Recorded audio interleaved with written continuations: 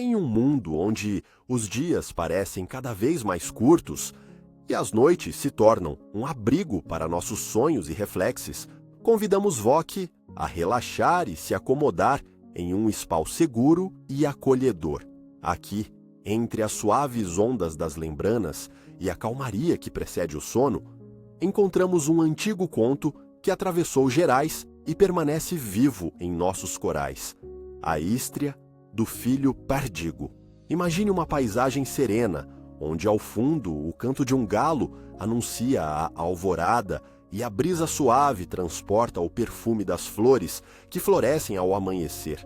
Na simplicidade dessa imagem que comeamos nossa travessia por uma narrativa que fala sobre amor, perda e o eterno retorno, temas universais que nos tocam independentemente de tempo ou lugar.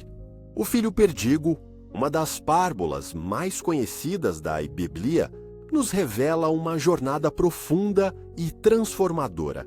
A busca pela liberdade, a tolice do desejo desenfreado e, afinal, o caminho do arrependimento e do perdo. Neste conto, não se trata apenas da relação entre pai e filho, mas de como muitas vezes nos encontramos perdidos em nossas baías decises, marcando um caminho que, embora repleto de desafios, pode nos conduzir de volta ao lar.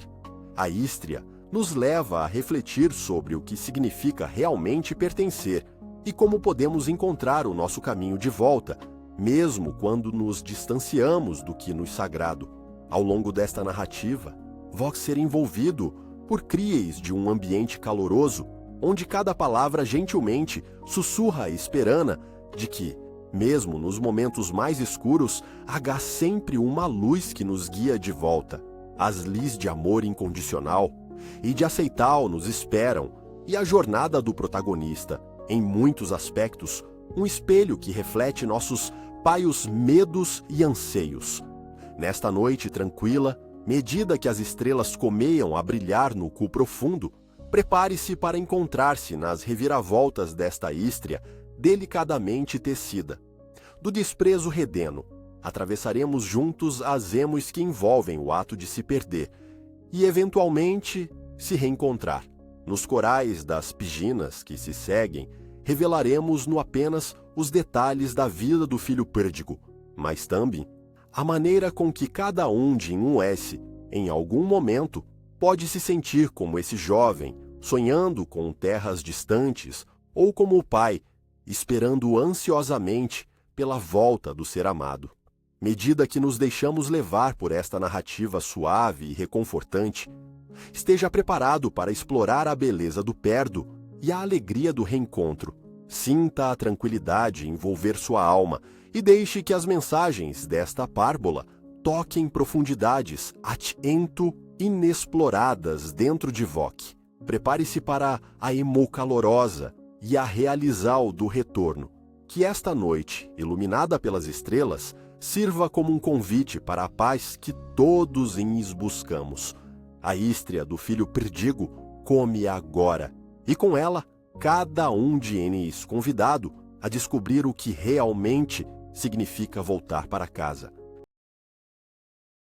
Isso ninguém conta nos livros de história, mas uma vez, na antiga Judéia, onde a poeira e as ovelhas andavam lado a lado, havia uma casa esperançosa com uma comida que traria até o mais avesso a glória a abandoná-la. Um frango assado que passava a perna no banquetão do rei. O sol era tão escaldante que até os samurais modernos teriam inveja, e o ar cheirava a borras de vinho e uma pitada de oliveiras, tudo misturado com a frustração do primogênito em esperar sua vez de receber as migalhas da opulência. Ali o filho pródigo se preparava para voltar. Os personagens começaram a entrar em cena. O pai, um homem grande com uma barriga que rivalizava com uma barrica de vinho, e o primogênito que tinha um olhar tão sério que poderia fazer um fiscal da receita parecer um palhaço. O irmão mais novo, seu radar de desapontamento, se atrevia a sonhar em ir por aí, gastar a herança no primeiro banquete de sebo do caminho e se enfiar num furacão de problemas. Ah, mas que cheiro! O aroma do assado era como um grito da terra, dizendo: você ainda está aqui? Com sua coragem moldada pelo desprezo familiar, esse garoto se aventurou.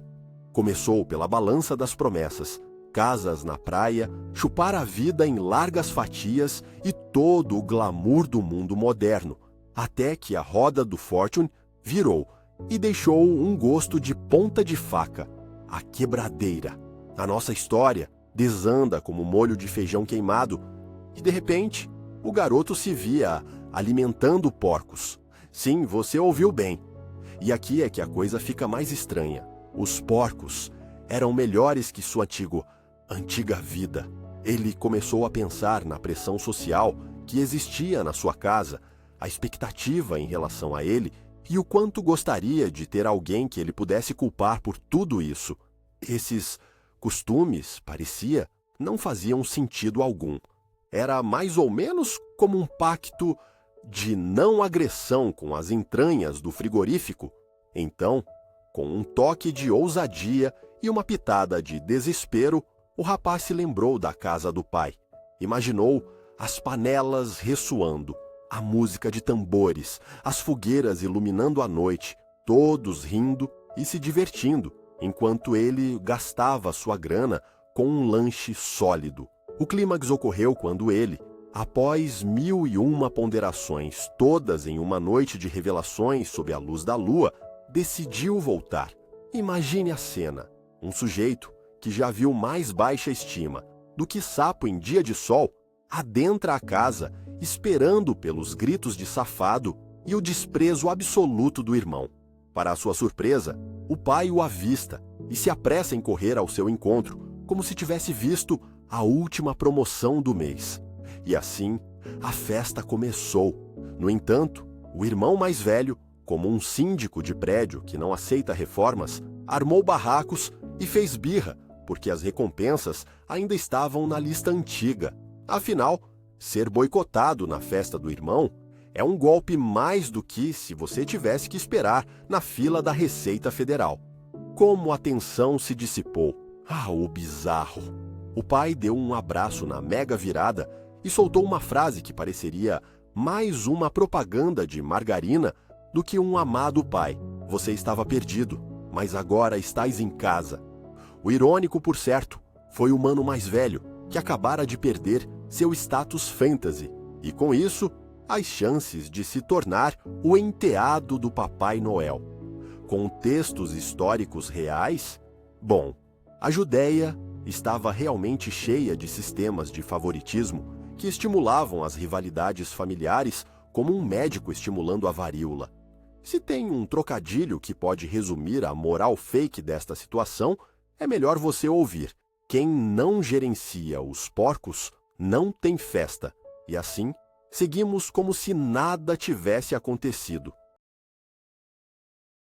Irmãos e irmãs, isso ninguém conta nos livros de história.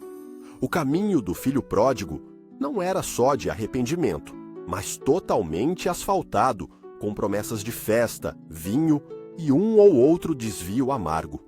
Nas longas e empoeiradas estradas da Judéia, em um calor que fazia a cachaça parecer água fresca, nosso protagonista decidiu que merecia mais do que as mesmices familiares uma verdadeira jornada do jeitinho. Aqui, entre o cheiro de ovelha com sardinha frita e o som de pastores reclamando do mau hálito de suas cabras, ele encontrou-se com as maiores tentações que a vida rural podia oferecer. O filho, com cabelo desgrenhado, que parecia ter sido deitado em um monte de feno, era a caricatura perfeita do fui, mas voltei. Mas como todo clássico que se preze, os personagens da história também não deixavam a desejar. O pai, esse era um tipo sério, com um manto que mais parecia uma capa de super-herói desbotado, sempre a olhar para o horizonte, esperando o filho como se estivesse à espera do ônibus em dia de greve. Enquanto isso, o irmão, com seu olhar de revolta digna de novela mexicana, passava os dias na lavoura, falando com suas batatas como se fossem velhas amigas. O que mais chamava a atenção nesse teatro do absurdo era o banquete preparado para o filho que se foi, um bezerro gordo que, coitado, provavelmente não tinha ideia de que seria a estrela do cardápio daquela noite. Conforme a história progredia, os costumes da época se tornavam mais incompreensíveis. Imagine só, banquetes onde a única conversa que se ouvia era sobre a terra prometida e quantas ovelhas cabiam na hospedagem da taverna local. A pressão social era palpável. O pai dava festas mais extravagantes do que um casamento na Zona Sul, enquanto o filho que ficou olhava com uma mistura de rancor e curiosidade, como quem vê a conversa de WhatsApp do grupo da família pipocar sem ele. Eis que chega o clímax.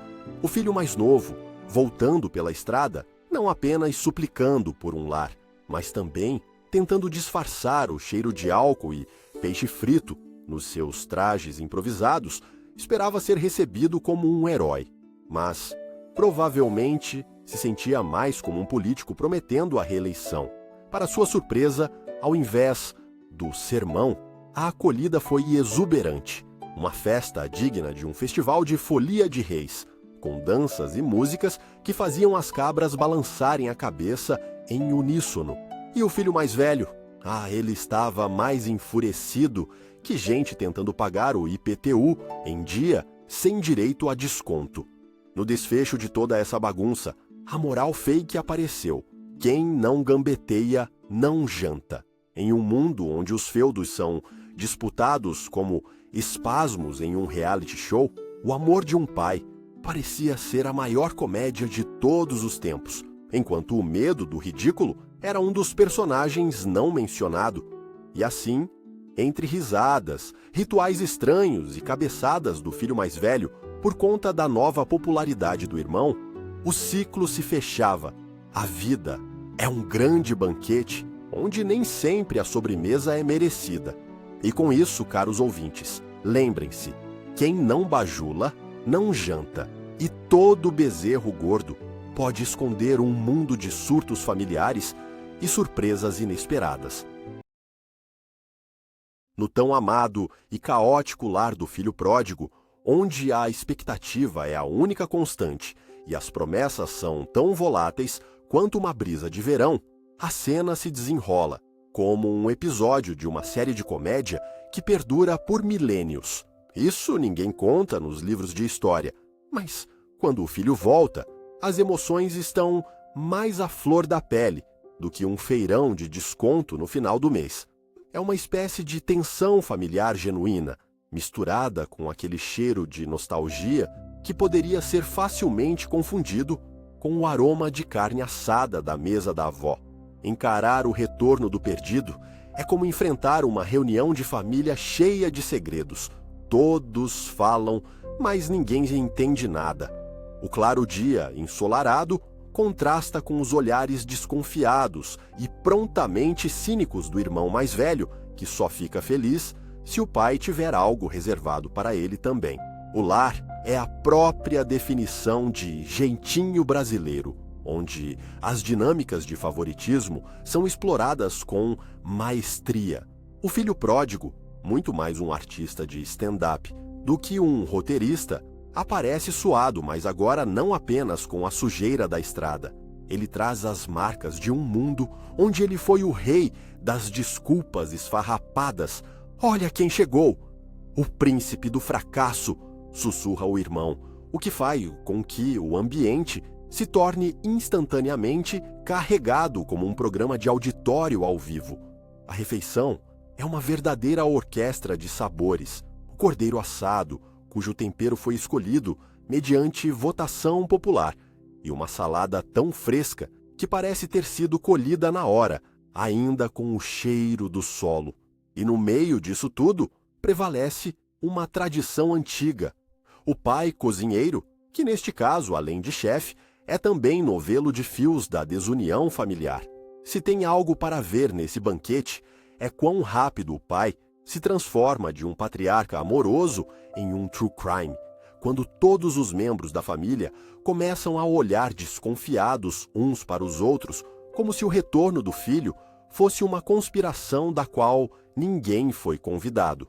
Da mesma forma que um síndico que tenta apaziguar um condomínio em guerra, o pai tenta trazer os ânimos à calmaria, mas o clima é de tensões acumuladas. Cada garfada é um potencial estopim para uma briga. No ápice da conversa, quando a salada entra em jogo e alguém acidentalmente derruba molho de iogurte sobre a túnica do irmão mais velho, o que promete ser um grande clímax de discussões acaba em risadas. Toda a questão do favor, da escolha e da rejeição se dissolve com o clima do desconhecido. Ali, rir de um molho tal como rir da vida é o que importa. E o retorno do filho pródigo, que deveria ser uma volta ao lar cheia de emoção e lágrimas, se transforma na mais divertida, caótica e engraçada festa que poderia existir. Algo que mais se assemelha a um festim de casamento errôneo, onde os noivos não aparecem, mas a comida é farta e os sussurros se tornam gargalhadas. E enquanto o banquete avança, refletimos sobre a moral do dia. Quem perdoa, não janta. Se a vida te der a chance de brincar, não leve a sério, leve um pouquinho de molho. Em um canto esquecido do tempo, onde as palmeiras balançavam como dancers de pagode e os camelos passavam com um jeito que só quem conhece o jeitinho consegue, encontramos a famosa história do filho pródigo. Ah, mas isso ninguém conta nos livros de história, pois a verdade é que essa história é mais cheia de surpresas do que um soap, ópera da tarde. Era uma vez em uma terra onde as trilhas da sabedoria estavam cheias de buracos maiores que os da Avenida Paulista, um jovem filho que decidiu que queria sair do lar, porque, claro, quem precisa de paciência quando se tem uma herança? O cenário era simples, uma casa grande, com cheiros de lavanda misturados ao frango frito que a mãe dele fazia, e um pai tão conservador que, se fosse um aplicativo, seria o botão de não. O filho estava farto das regras e queria viver a vida.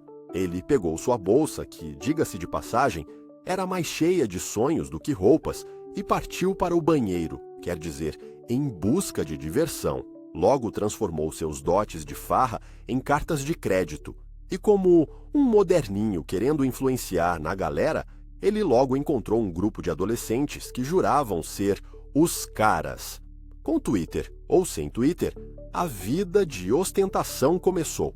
Mas entre um copo e outro de vinho, ele percebeu que a vida de baladas e banquetes era emocionante, mas algo estava faltando. E é aí que entra a parte mais inusitada.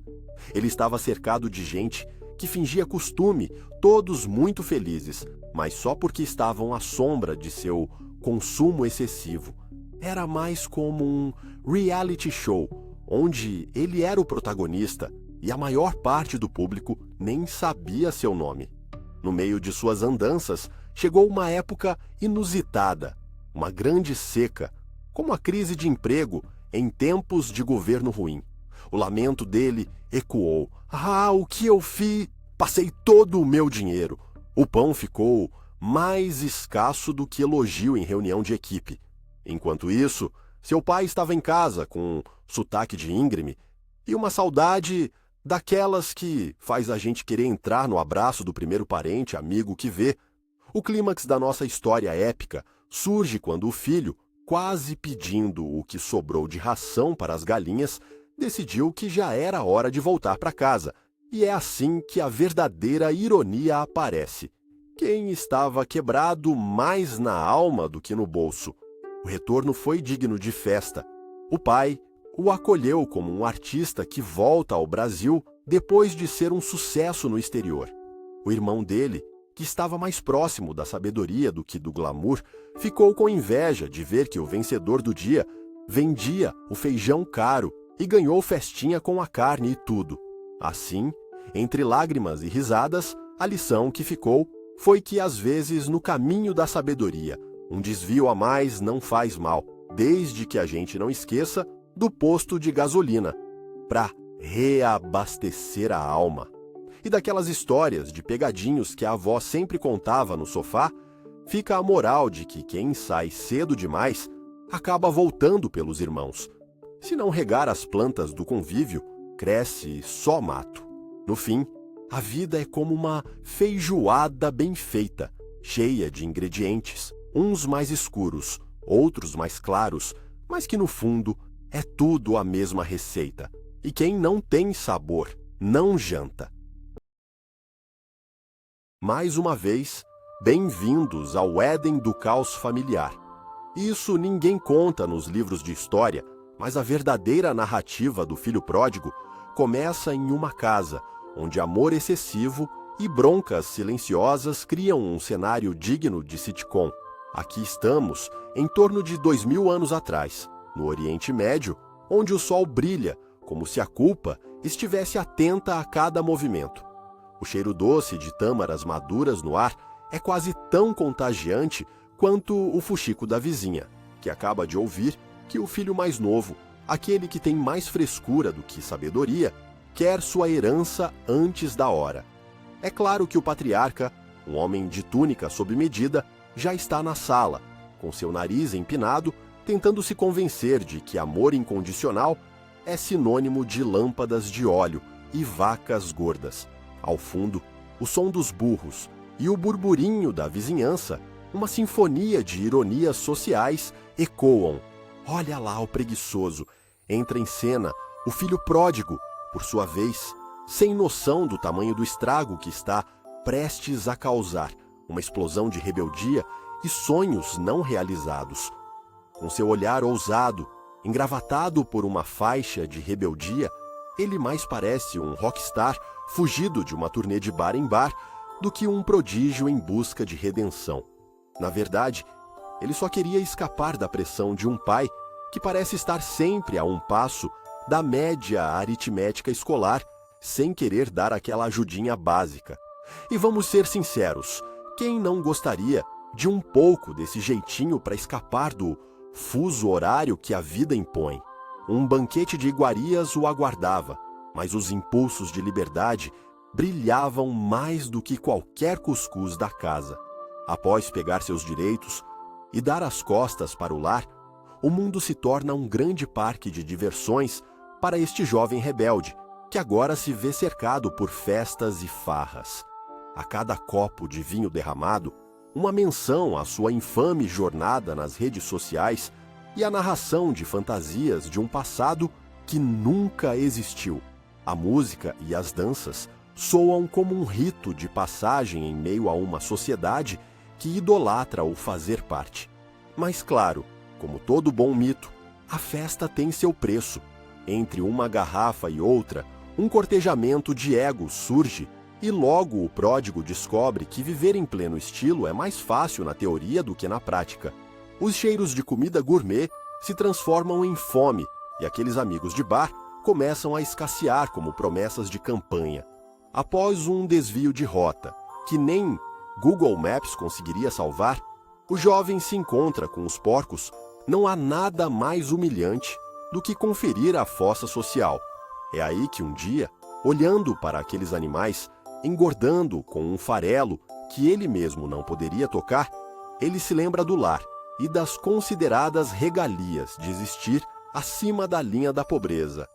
Oi, é hora de pedir perdão. Mas será que o pai ainda vai querer esse filho? O que vem a seguir é uma reviravolta que mais parece um filme de comédia pastelão. Enquanto o filho caminha de volta para casa, já imaginando o melhor discurso de arrependimento, seu pai, em um impulso digno de um fã de novela, decide sair correndo, soltando abraços e quaisquer vestes que estavam no caminho. O reencontro é caloroso, mas cômico, com cenas de abraços que seriam dignas de memes do Instagram. O pai, bem mais emocionado do que o personagem principal da história gostaria, se pergunta: será que tínhamos um GDPR naquela época? Para que tal exposição da vida herpes com um abraço? Ah, mas a festa da volta triunfal não terminaria sem uma crítica sutil sobre favoritismo. O irmão mais velho observa tudo isso de braços cruzados, com expressão de quem foi cutucado por um espinho.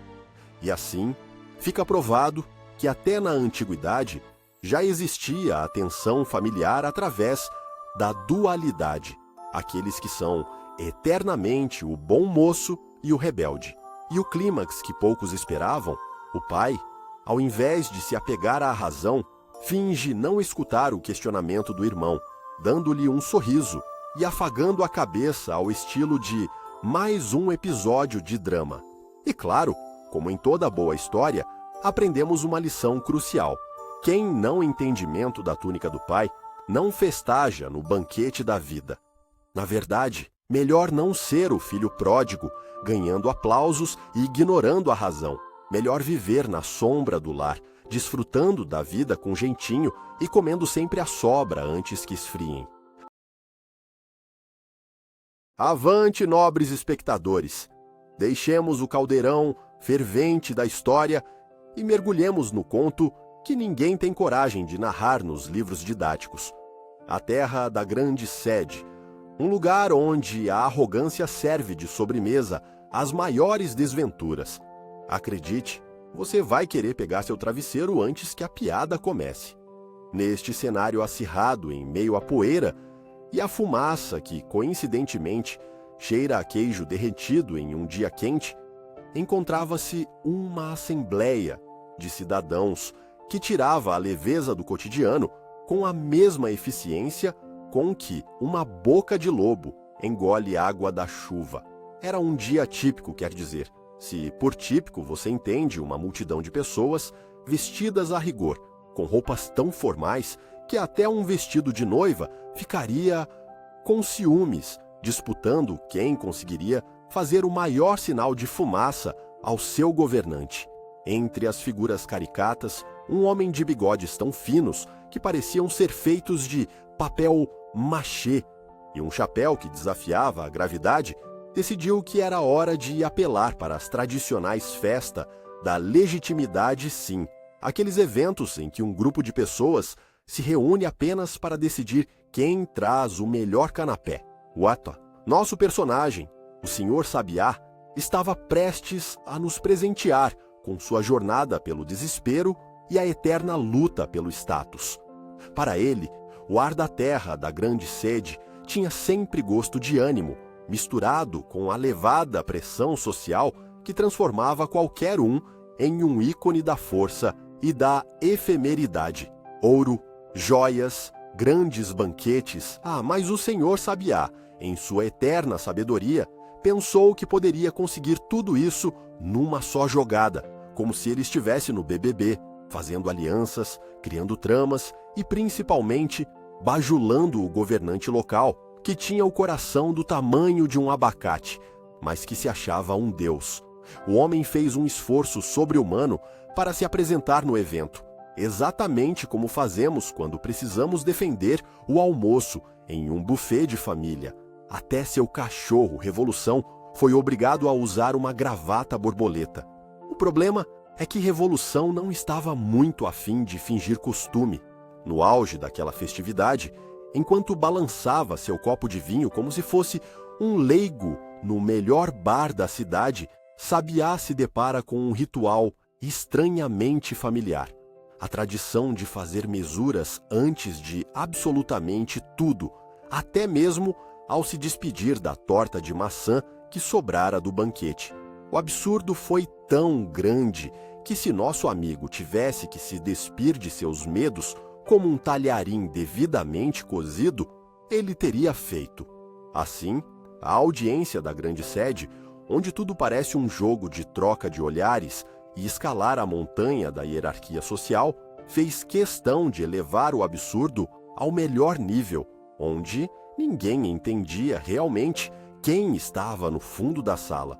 E foi assim que nosso protagonista experimentou a emocionante viagem do tédio ao riso, onde o clímax nunca chegava, cada gesto se tornava uma nova etapa de uma conversação que não levava a lugar algum, como esperar a resposta de um síndico sobre um pequeno concerto que nunca vem.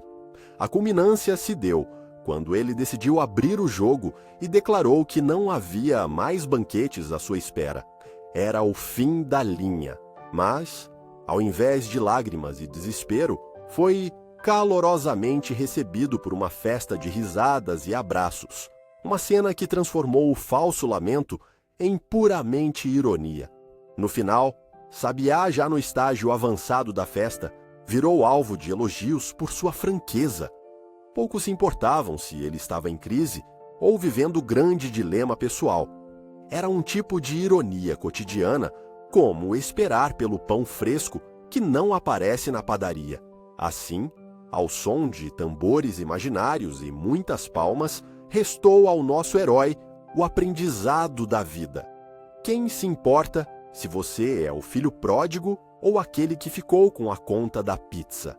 Olhe bem para os lados e lembre-se, o que importa mesmo é que sempre há espaço para mais um plebeu na fila do ego. E o que será que nossa moral fake trará? Ah, não seja bobo! Quem não se despede de um canapé à hora certa acaba com a comida fria na mesa. No meio da poeira do Oriente Médio Antigo, encontramos a pequena cidade de Jericó, onde as palmeiras dançavam ao vento, e os passarinhos esforçavam-se para criar um sinfônico, mas desafinado canto, que lembrava um funk em grupo. Isso ninguém conta nos livros de história, mas antes do retorno do filho pródigo, a cidade estava tão agitada que poderia ser comparada ao dia de pagamento numa fila da Caixa Econômica. Com um sol que mais queimava do que abençoava, nossos protagonistas se preparavam para a mudança que viria. E ela vinha com promessas mais vazias do que balão de festa de aniversário. Ao lado de um poço, um homem calvo, vestindo uma toga que mais parecia uma toalha velha, ajeitava o cabelo ao mesmo tempo que chamava do céu por uma bênção. Era o pai do filho pródigo, um figurão que deve ter sido premiado pelas melhores ofertas de frutas do bazar, mas que, na verdade, tinha a habilidade de recrutar o público mais dramático em qualquer evento familiar, simplesmente pela capacidade de criar uma expectativa digna de novela. Em meio ao cheiro de tâmaras apodrecidas e o som de ovelhas berrando, o filho pródigo apareceu, mais uma vez, em paladar de carroça, cheia de ostentação, como se tivesse testado o buffet da vida e resolvido comer o melhor e deixar os resíduos para o próximo. O destaque da guerra entre filhos não era o bom e velho ciúme, mas sim uma rivalidade garbosa, que parecia uma final de campeonato de futebol, onde todos tinham um lado a torcer. Enquanto isso, dentro da casa, a esposa do pai, uma mulher com olhos mais altos que sua autoestima, preparava uma ceia que serviria de desculpa para uma farta discussão sobre quem realmente tinha o direito à herança. E assim surgiram as promessas, que nem R$1,99 no mercado, exorbitantes e sem conteúdo. Agora imagine a cena, um banquete sendo montado para o filho que chegou de mãos vazias, enquanto o filho que ficou em casa, por capricho da sorte, recebia vassouradas nos cobertores. Os rituais daquele tempo eram bem simples, cercar o altar com a melhor comida, como se fosse um buffet na virada do ano. O absurdo, na verdade, estava em como essa tradicional família decidia quem era o favorito na marra, como na escola em que você sempre se perguntava por que o professor só tirava o número 10 da sua prima, mesmo ela fazendo aquilo que chamamos de "pelo menos eu tentei". No clímax do evento, o filho pródigo, com um discurso mais ensaiado que a própria valsa de formatura, se apresentou como também vítima da sociedade cojojovam, como se houvesse um painel de coach para filhos perdidos com direito a café numa xícara elaborada por um artista moderno. A plateia ficou em silêncio, mas não por compaixão, e sim pela vergonha de não ter considerado que a cena era apenas um exemplo perfeito do medo do ridículo. No final, a conclusão foi tão bizarra quanto poderia ser. O pai, em sua exuberância de amor, disse palavras que desafiavam todas as lógicas. Você sempre foi meu filho, enquanto o irmão apenas balançava a cabeça, claramente tão frustrado quanto um vendedor de pastel em dia de chuva. A moral da história?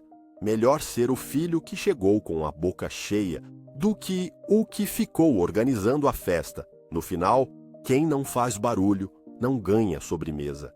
Se a vida lhe der limões, lembre-se, a limonada não vai fazer milagres, mas só quem chora dança, como dizia um sábio boteco, passando na esquina.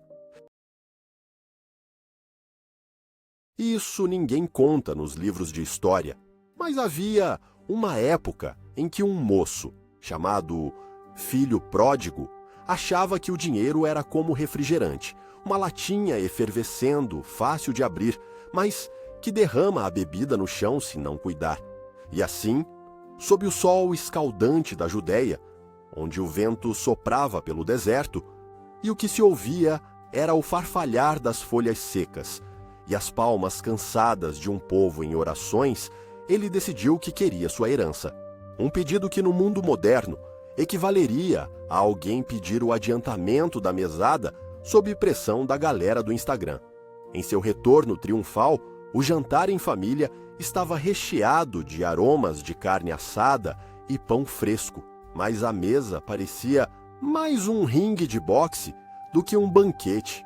O pai, um verdadeiro defensor do jeitinho, estava mais que feliz com a volta do filho, prometendo que tudo ficaria bem, enquanto a mãe, de lábios ressecados de tanto se preocupar, só faltava cozinhar com óleo de rícino, por conta do orgulho ferido. Ao fundo, a música suave de um alaúde se misturava ao cheiro de suor de quem levantou a barra de alimento e já estava cansado de tanto barulho emocional. O filho pródigo, agora um tanto quanto oprimido pelas expectativas e o medo de ser o mais fraco da família, se sentia na pele de um personagem de novela da Globo, onde, a cada reviravolta, alguém perdia alguma coisa nesse caso, até mesmo a dignidade. Para completar, ele havia se esmerado em perder toda a fortuna em festas, amigos e até mesmo um coach que prometia sucesso e influências. Era como se estivesse buscando a aprovação na rede social da época, onde o bem mais precioso era o status e as alianças de ouro do tio do rei. E eis que, como todo desastre que se preze, a cidade ficou sabendo que o filho pródigo não tinha mais 4 dinheiros para seu manto repleto de pérolas. E os vizinhos, que sempre fofocavam como se estivessem jogando uma pelada de domingo, logo começaram a comentar que aquilo era um aviso de Deus, o que, na verdade, era como dizer que seu Wi-Fi estava instável, todos sabiam, mas ninguém fazia nada. O moço decidiu, então, que se toda aquela vergonha já o seguia como sombra, nada mais justo do que arranjar um emprego onde pudesse se redimir, ainda que fosse como cuidador de porcos, vivenda pública com cheiro de estrume e sofrimento. O clímax absurdo da história aconteceu quando, numa manhã ensolarada, nosso protagonista, ao olhar os porcos se alimentando de desperdícios, pôs-se a pensar que sua vida estava pior do que a fila da caixa do mercado. Ele decidiu retornar para casa.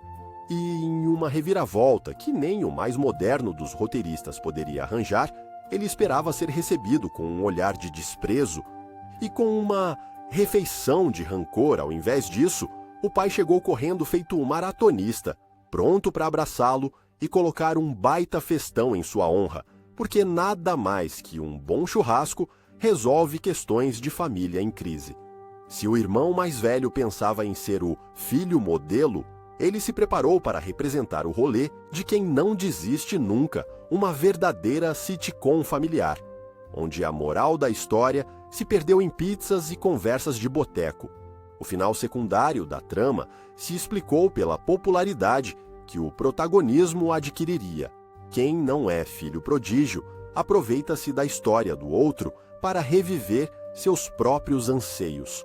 Ao final de tudo, a lição que restou foi: quem não busca a mãe para cozinhar um prato é apenas um fungo no chão. E o amor é como uma rede social. Se você não curte, não está dentro. O caminho de volta. Entre o medo e o arrependimento nas estradas da vida, era uma vez, em algum lugar do Oriente Médio, mais especificamente na terra de Israel, onde os assassinos e bandidos estavam mais na moda do que os influencers digitais de hoje. O sol brilhava sobre a poeira das estradas, onde os pedestres eram mais raros que um político honesto. Isso ninguém conta nos livros de história, mas a verdade é que os figos da época tinham mais açúcar que as guloseimas de um festival junino. Mesmo assim, ninguém aparentava estar feliz. O filho pródigo estava prestes a realizar uma das mais épicas e desconfortáveis caminhadas de sua vida, com o cheiro de cabra assada no ar, mais potencialmente afetado pela birra e irresponsabilidade do que qualquer perfume de marca. O filho pródigo retornava para casa com o orgulho mais amassado que uma gorda bolsa de couro. O drama estava montado. Ele mal sabia que sua volta seria parecida com aquelas recepções de Natal em família, onde você é bombardeado por perguntas que preferiria evitar. E o emprego, filho? Você não casou ainda? E aquela sua amiga, a que tinha o cabelo azul? Lembra dela? E esse retorno não viria só com perguntas sufocantes. O reencontro com seu pai era como uma novela mexicana, dramático e inevitável. O pai, interpretado por um ator de grandes emoções, havia incorporado a dor do abandono como um profissional. Ele contava a todos na aldeia sobre seu filho perdido, como se fosse o vilão da história. E agora, diante do reencontro, ele era a personificação do amor paternal, vestindo uma túnica tão brilhante que poderia ofuscar o pôr do sol. O filho pródigo, com seu ar de arrependimento que, vamos ser sinceros, era mais uma forma de se livrar das obrigações de vida adulta, caminhará até sua casa como quem anda sobre uma corda bamba, qual artista de circo em busca de aplausos. Porém, em vez disso, recebe olhar de reprovação na maioria das casas. Os homens da cidade, possuindo olhares duros o suficiente para quebrar qualquer espelho, comentavam baixinho enquanto se preparavam para o do reire de casa, achando que isso resolveria seus problemas. Pois é, a vida é feita de escolhas. Com as orelhas assanhadas, o filho se depara com pastores que criavam cabras com tanta maestria que pareciam os coaches de renda extra do lado de fora da cena. O barulho das músicas que tocavam durante os rituais de dança ganhava força, misturada com reclamações de quem estava esperando a pizza chegar.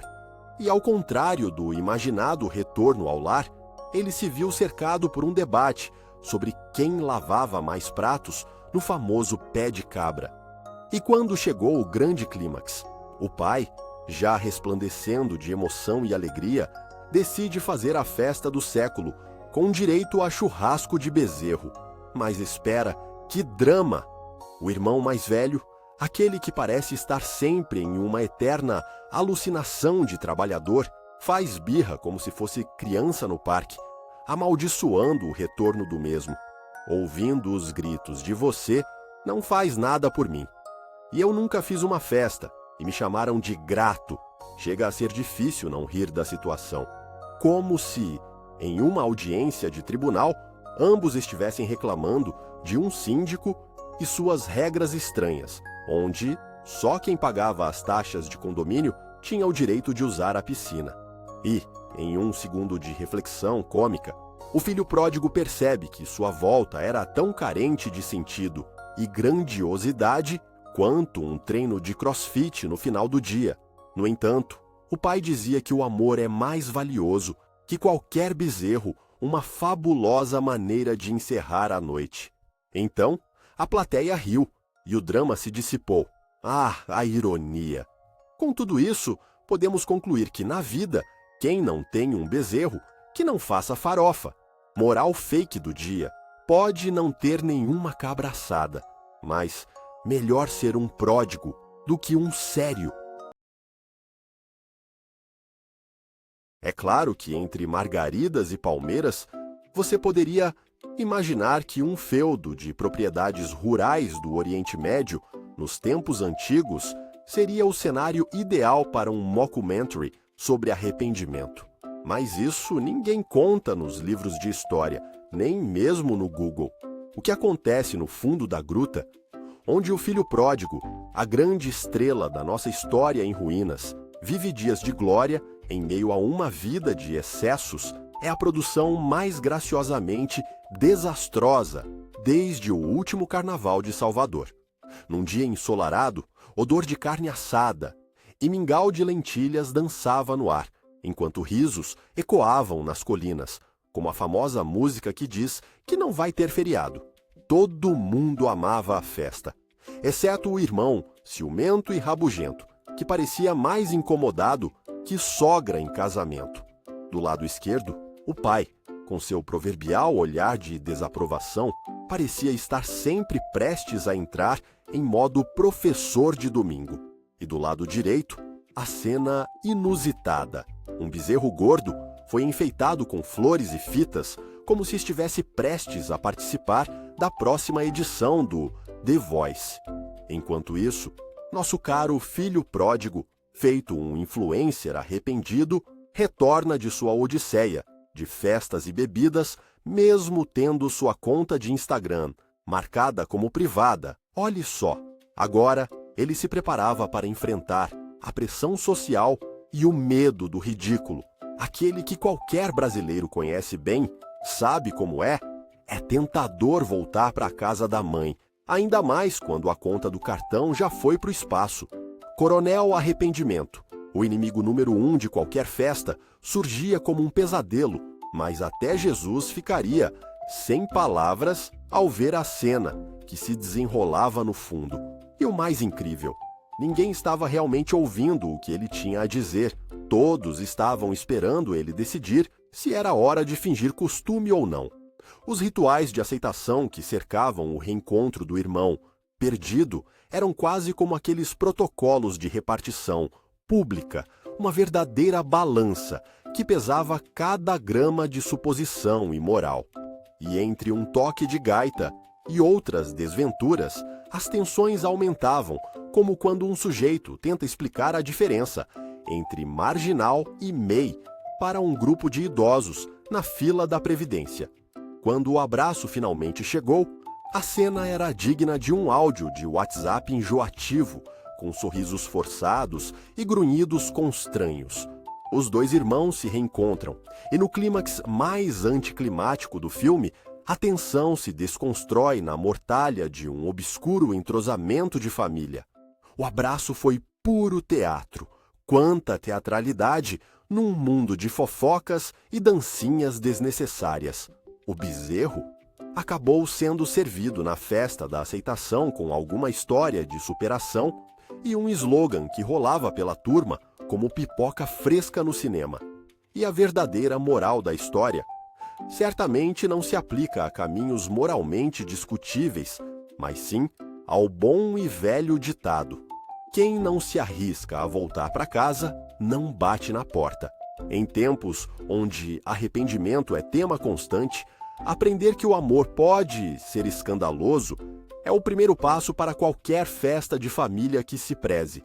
E não se esqueça, é melhor um feudo na mão do que dois na cabeça, porque não se sabe o que a sogra pode aprontar no próximo encontro. Em uma terra distante e cheia de poeira, onde o sol escaldante era mais comum que a água fresca, encontramos uma família que poderia ser facilmente confundida com uma típica reunião de domingo em um bar do interior. Isso ninguém conta nos livros de história, mas o filho pródigo, ao contrário do que muitos pensam, não era apenas um jovem rebelde, era também um talentoso criador de desculpas, especialista em desviar das obrigações familiares e campeoníssimo em fingir costume. Ele era, sem sombra de dúvidas, o mestre do jeitinho brasileiro.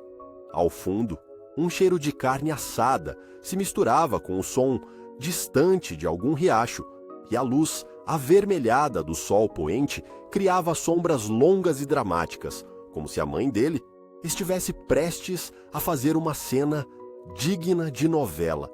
O personagem mais extravagante da família, claro, era o patriarca, vestindo uma túnica tão brilhante que parecia estar competindo com os reflexos do próprio sol. Ele se achava o último sorvete da testa e sempre sabia como deixar os outros em uma pressão social digna de qualquer reunião da alta sociedade. Quando o filho pródigo decidiu pegar suas coisas e partir, o pai não hesitou em dar-lhe a parte da herança, mesmo sendo a filhota bonitinha com cara de favoritismo. A ironia aqui é que a herança era basicamente uma tábua de multiplicação para o rebanho.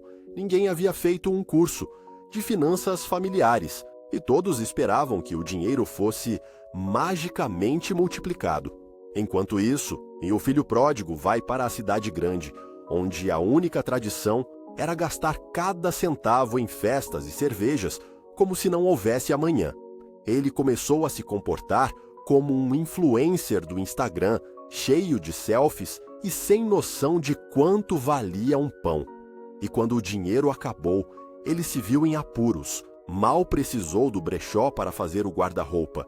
Os cochichos da cidade eram mais rápidos que qualquer notificação do WhatsApp. E o pobre filho errante, que tinha se achado o último biscoito do pacote, agora estava mais perdido que cachorro em dia de mudança. Agora, tudo parecia ter chegado a um ponto insustentável quando conseguiu um emprego que exigia de suas habilidades de fingir costume, alimentando porcos em uma granja. Sim, era um verdadeiro clichê. O que ele não sabia era que, em um momento de epifania, a grama do vizinho parecia muito mais verde. E assim, como o herói que percebe que o vilão não era tão vilão assim, ele decide voltar para casa. O clímax se manifestou em forma de uma reunião familiar onde a mãe, enchendo a mesa com um banquete digno de um casamento, ignorava as lágrimas de alegria, enquanto o pai, exageradamente dramático, estava igualmente entusiasmado, mas talvez mais interessado nas sobras do jantar do que no próprio filho. Quando o reencontro finalmente acontece, o pai começou uma cena digna de Oscar, cumprindo o papel de pai amoroso que perdoa sem cobranças. Ele abraçou o filho pródigo, como se este tivesse voltado da guerra. E enquanto isso, o irmão mais velho, que a propósito sempre foi o herói da história, rosnou como se estivesse prestes a ser traído. Sem grandes revelações ou chacotas, o perdão foi mais fácil que o carinho de segundo grau, e o filho, que estava mais perdido que um pinguim no deserto, finalmente encontrou seu lugar em casa. E assim, a moral da história, já tão conhecida em todas as rodas de bar, é que quem não tem para quem voltar não pode reclamar de sentir saudade. E se você não perdoa, vai passar o resto da vida comendo mingau frio. Isso ninguém conta nos livros de história, mas o retorno do filho pródigo foi como um dia de segunda-feira sem café, sem graça e cheio de expectativa. Bem lá no coração do Oriente Médio, sob um céu estrelado que tentava parecer mais belo do que realmente era, a cidade estava empolvorosa. Do lado do altar, o pai, um patriarca de barbas tão longas que poderia ganhar o prêmio de melhor barba da paróquia, estava à espera de seu filho perdido. Ele se balançava de um lado para o outro como um tango emocionado, enquanto o cheiro da refeição festiva de cabra recheada pairava no ar, mesclando-se à poeira do deserto e convidando os vizinhos a se acharem mais interessantes do que realmente eram. Chegava lá a hora da espera icônica, que, convenhamos, não mudou muito. Com o avanço dos anos, é a mesma expectativa que todos nós temos ao esperar o ônibus de madrugada. O filho pródigo, por outro lado, aparecia mais magro que um pernilongo depois de um mês em um retiro sabático.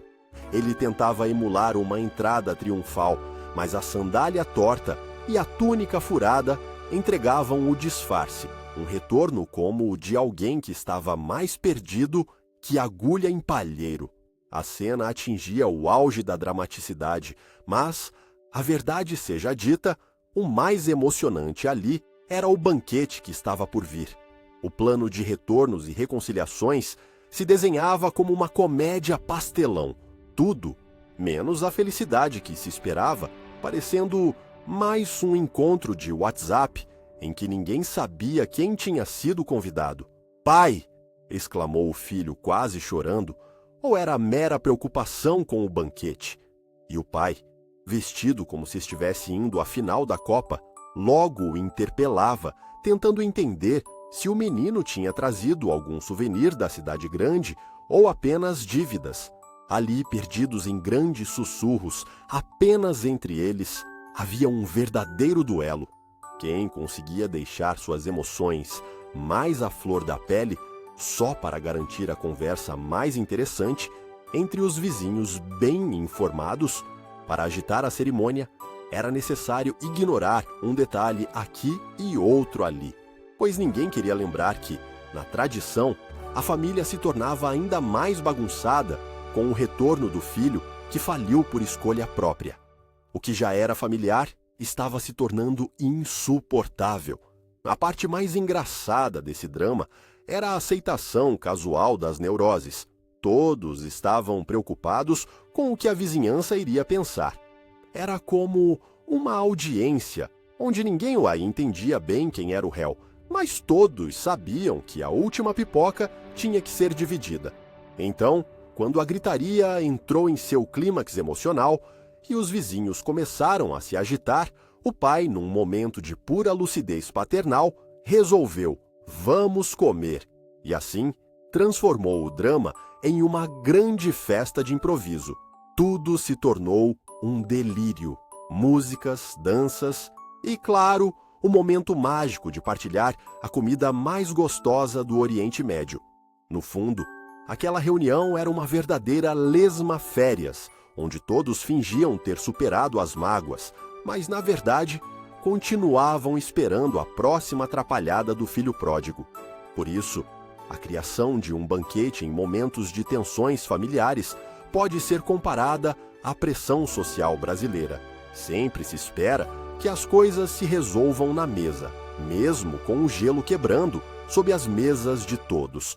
Para completar o clima, o pai começou a cantar e dançar pelo salão, fazendo figuras que lembravam um tico-tico no fubá, enquanto o filho pródigo, emocionado, tentava acompanhar os passos sem perder a dignidade. Assim, sob as estrelas de ouro, a verdadeira moral da história fica clara. Se você não estourar o champanhe no retorno, é melhor que nem volte. Melhores eram as brigas passadas do que as comemorações presentes. Memórias e promessas. O legado de um perdão que ecoa na eternidade. Isso ninguém conta nos livros de história. O filho pródigo não só voltou para casa, como trouxe consigo uma maluquice digna das melhores novelas das 8. Estamos em uma terra onde o único rabo de saia que faz sucesso é o vestido azul da prima, e enquanto o pai esperava com um pão na mão, a fazenda inteira parecia prestar uma sessão de indignação coletiva. Aqui a cena é cheia de cheiros de manjericão misturados com frango assado e o som do gado mugindo como se estivesse discutindo sobre quem foi o primeiro a comer o melhor capim. O sol entrava pela porta da casa, criando um jogo de sombras que refletia o drama escondido por trás das paredes daquela casa. O pai, um patriarca rabugento, com uma aparência que lembrava o famoso ator de comédias pastelões, estava a caminho de uma possível crise de nervos, completamente ignorante do retorno do seu filho prodigal.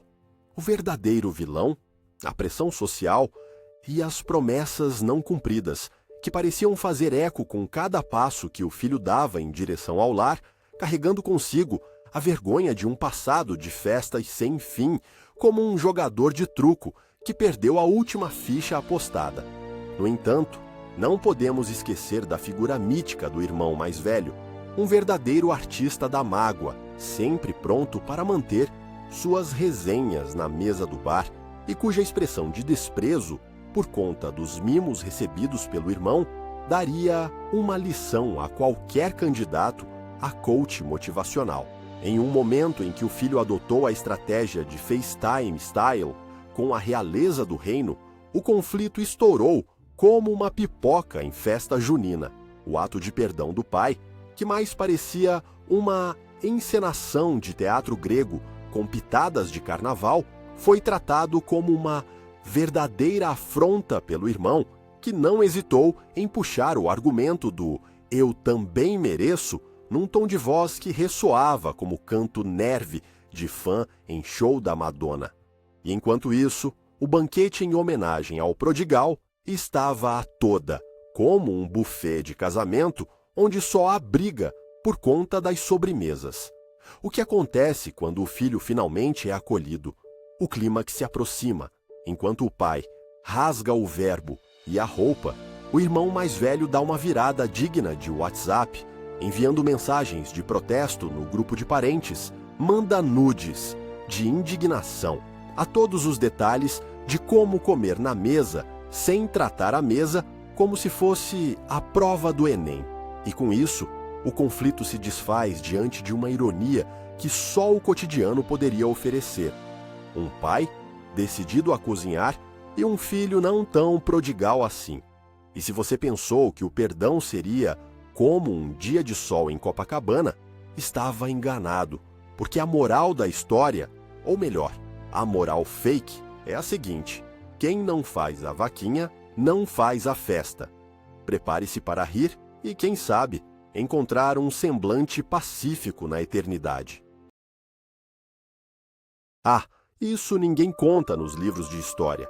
Mas a verdade é que, no longínquo país onde os camelos tinham mais garbo que um gato de livro e o deserto era mais seco que um humor de sertanejo sem saudade, vivia um pai, um filho e uma ovelha que só pensava em pastar.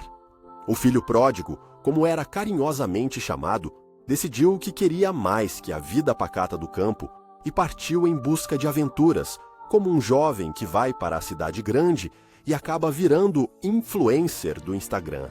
O cenário em que tudo se desenrolava era tão pitoresco que dava vontade de fazer um quadro para expor no Ibirapuera. A luz da lua refletia nas poças de água fétida devido a alguma exuberante sujeira criada pelos patuscos da aldeia.